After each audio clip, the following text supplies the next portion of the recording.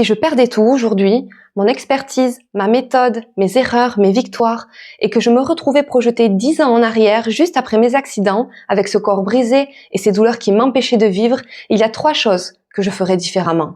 3 réflexes que l'on croit salvateurs, mais qui en réalité agissent comme de l'essence sur un incendie. Aujourd'hui, je vous partage les erreurs qui m'ont coûté des années de souffrance pour que vous puissiez enfin prendre le raccourci vers votre soulagement. Bonjour et bienvenue dans le podcast Mon pouvoir sur la douleur, une bulle de soutien dédiée à toutes les femmes qui vivent avec des douleurs chroniques et qui veulent comprendre pourquoi leurs douleurs reviennent toujours, se sentir soutenues et encouragées et surtout trouver les bons gestes pour se soulager par elles-mêmes sans dépendre de personne pour aller mieux. Je suis Audrey, professeure de yoga spécialisée dans les douleurs chroniques et chaque semaine, je réponds à toutes vos questions pour vous aider à poser des actions qui vous ressemblent, qui sont adaptées à vos douleurs, mais aussi à reprendre confiance et à avancer vers plus de liberté au quotidien pour retrouver le plaisir de bouger, dormir, voyager et vivre pleinement. Merci d'être là et belle écoute. Je parie que vous connaissez cette urgence, cette sensation d'être prête à tout essayer, à tout acheter, à tout tester, parce que la douleur prend toute la place. J'ai connu ces soirées où la douleur au cervical était si forte qu'on finit par commander un gadget miracle sur Internet à 2h du matin. On se sent comme une détective qui recherche une pièce manquante dans un puzzle impossible. Mais à force de chercher la solution à l'extérieur, on oublie que le problème n'est pas que l'on ne fait pas assez, mais souvent qu'on fait trop de mauvaises choses. Pour celles qui découvrent mon histoire, j'ai subi 2 accidents de voiture qui ont laissé mon dos et ma nuque dans un état de verrouillage permanent. Pendant des années, j'ai été dans l'attente. L'attente du bon diagnostic, de la solution miracle ou du thérapeute qui allait enfin m'enlever mes douleurs. À l'époque, j'étais dans l'approximation totale. Je testais des exercices vus sur YouTube sans aucune stratégie, sans comprendre ma morphologie, mes besoins réels et surtout mes limites. En réalité, je luttais contre mon propre corps au lieu de l'aider à aller mieux. J'ai perdu un temps précieux à chercher à l'extérieur ce que je n'avais pas encore appris à piloter de l'intérieur. Et quand je parle du temps perdu, je ne parle pas seulement de semaines ou de mois, je parle de moments de vie. Je parle de ces sorties entre amis que j'ai dû annuler parce que ma nuque était trop raide, de ces journées de travail où je n'arrivais pas à me concentrer à cause de la brûlure dans mon dos et de cette fatigue mentale de devoir toujours expliquer pourquoi je bouge tout le temps, pourquoi je ne viens pas, pourquoi j'ai mal. L'approximation, ce n'est pas juste inefficace, c'est épuisant émotionnellement. Alors avec le recul et l'expertise que j'ai aujourd'hui, je vais vous partager les 3 pièges dans lesquels je refuserais catégoriquement de retomber si je devais tout recommencer demain. Le premier, la dépendance au soulagement extérieur. La première chose que j'arrêterai, c'est de tout miser sur les mains des autres. Kiné, ostéo, massage, ce sont des outils fantastiques, mais ce ne sont que des béquilles temporaires.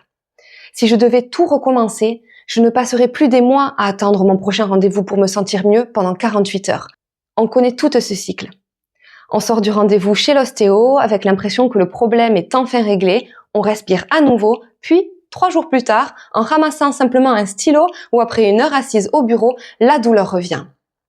C'est ce cycle de soulagement rechute qui nous maintient dans l'impuissance. Je comprendrai tout de suite que le véritable changement se passe dans mon quotidien, dans ce que je fais moi-même chaque jour pour mon corps. Le deuxième, le zapping thérapeutique. J'arrêterai de tester une méthode pendant 3 jours avant de passer à la suivante parce que ça marche pas assez vite. Le corps a besoin de signaux cohérents. Et quand on est désespéré, on fait tout le contraire. On teste un étirement le lundi, une crème le mardi et un nouveau mouvement le mercredi. Mais en faisant ça, on envoie des informations contradictoires à nos muscles. Si je recommençais, je choisirais une approche précise, basée sur mes douleurs et je m'y tiendrai avec discipline. C'est la répétition de gestes justes qui transforme les choses, pas le test compulsif de 50 différents exercices. En 3, la consommation de conseils YouTube. J'arrêterai de piocher des étirements au hasard sur Internet, même s'ils sont étiquetés spécial mal de dos. Il reste des solutions génériques jetées sur une douleur qui, elle, est unique. Un exercice peut être excellent pour quelqu'un et catastrophique pour vous si les spécificités de vos douleurs ne sont pas prises en compte. On se dit, tiens, cette vidéo a 1 million de vues, l'étirement du psoas a l'air de fonctionner pour les douleurs du dos, je vais faire pareil. Mais si votre douleur vient d'une zone qui est déjà trop étirée ou qui manque de stabilité, vous allez simplement fragiliser l'endroit qui souffre déjà. Faire l'étirement de Sophie ou le mouvement de Marc juste parce qu'ils disent que ça marche, c'est comme prendre des lunettes de vue de quelqu'un d'autre, ça peut marcher par chance, mais ça risque surtout de vous donner mal à la tête. Alors si je recommençais, Je ne chercherai plus l'exercice parfait. Je chercherai à comprendre ce dont j'ai réellement besoin pour aller mieux, pour moi, pour mes douleurs et mes besoins, pas ceux du voisin. Puis, je l'ajusterai. J'apprendrai à l'ajuster à mon corps, à mes limites, pour me soulager efficacement. Imaginez le soulagement de ne plus avoir à chercher, de ne plus vous demander si tel ou tel exercice va aggraver vos douleurs ou vous soulager. Imaginez la liberté de savoir exactement quoi faire dès que vous sentez une raideur ou une douleur apparaître. Ce n'est pas une question de chance, c'est une question de méthode. En éliminant ces 3 erreurs, vous enlevez les obstacles qui empêchent votre corps de se réparer lui-même. Vous retrouvez votre pouvoir d'agir. Alors si je devais tout recommencer demain, sur quoi est-ce que je bâtirais mon soulagement ? Je vous partage maintenant les 3 piliers sur lesquels je ne ferai aucun compromis et qui vous aideront vous aussi à sortir de l'impasse. Le premier, analysez avant d'agir. Mon premier conseil, c'est d'arrêter de sauter sur le premier exercice venu dès que vous avez mal. Prenez un instant pour observer. Est-ce que votre douleur est présente au réveil ou après une longue immobilisation ? Mais ensuite elle diminue progressivement à mesure que vous bougez et que vous vous échauffez ? Est-ce que plus vous bougez, plus la douleur devient vive ou électrique ? Ou est-ce que la douleur est localisée, diffuse ou encore irradiante ?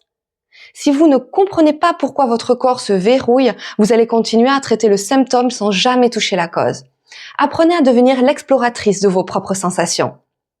Mon deuxième conseil, c'est de ne pas tomber dans le piège de croire qu'il faut s'étirer pendant 1 heure pour obtenir des résultats.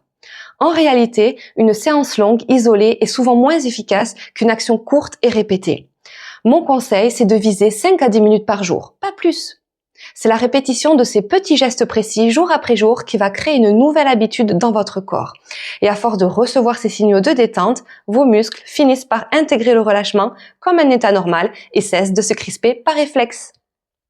En troisième, privilégiez le comment plutôt que le quoi. Ne me demandez plus quel exercice je dois faire pour mes douleurs.